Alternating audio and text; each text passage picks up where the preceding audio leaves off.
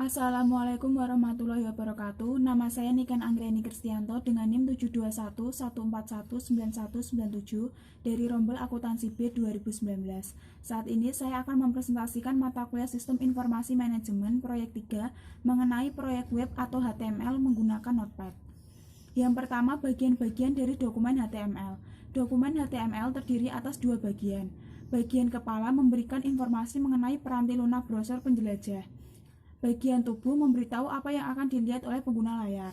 Informasi pada bagian kepala mencakup judul halaman web. Informasi lain meliputi catatan mengenai penulis halaman tersebut, kata kunci yang akan berguna dalam pencarian web, dan lain-lain. Bagian tubuh berisi bagian yang sebagian besar orang kira merupakan halaman web, seperti gambar, tabel, daftar, dan link. Pada bagian tubuh tertulis perintah-perintah HTML yang diwakili oleh kata-kata dalam kurung, serta teks dan gambar sebenarnya akan ditampilkan pada halaman web. Membuat dokumen Notepad. Mulailah dengan membuka Notepad dan membuka dokumen baru. Klik perintah Start di bagian bawah layar dan pilihlah subperintah program. Program Notepad akan muncul di dalam daftar atau harus mengklik perintah aksesoris. Ketik baris 1 hingga 5 ke dalam dokumen Notepad. Ingat, jangan mengetikkan nomor baris. Nomor itu hanyalah untuk referensi. Jangan mencoba melihat dokumen tersebut menggunakan browser web sehingga Anda telah menyelesaikan keseluruhan contohnya. Pada bagian 1-5 menentukan judul halaman web dan memulai bagian tubuh kode HTML. Baris 6 adalah penentu tempat, yaitu tempat di mana web akan diletakkan kursornya.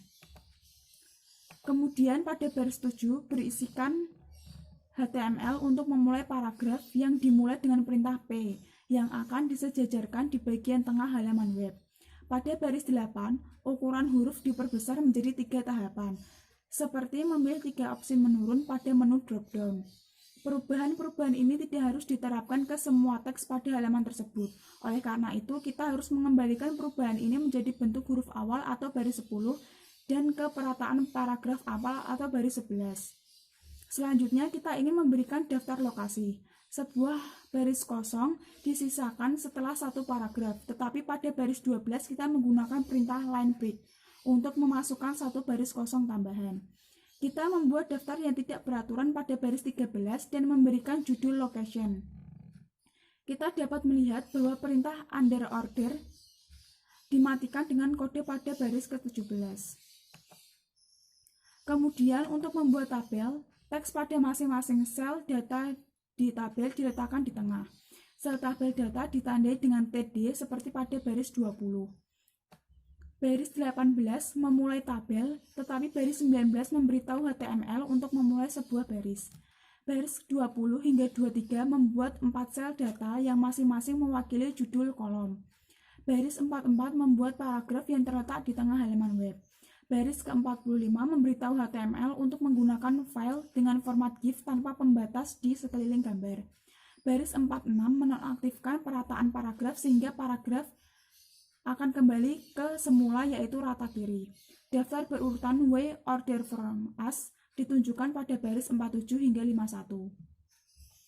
Kemudian pada baris 52 dan 54 adalah perintah awal dan akhir yang menyebabkan paragraf tersebut sejajar ke bagian kanan. Pada baris 53 sampai 59 berisi 3 jenis link yang ada pada situs yang akan kita buat, yaitu pada halaman web lain, satu ke program email dan satu ke bagian lain halaman web yang sedang dilihat. 2 baris terakhir berisikan perintah body dan HTML. Penting untuk mengakhiri dengan 2 perintah HTML tersebut sehingga browser web dapat menerjemahkan halaman web dengan benar. Ini adalah contoh penerapan dalam membuat dokumen Notepad untuk contoh halaman web. Selanjutnya, menyimpan contoh. Anda harus menyimpan dokumen ini sebagai file HTML.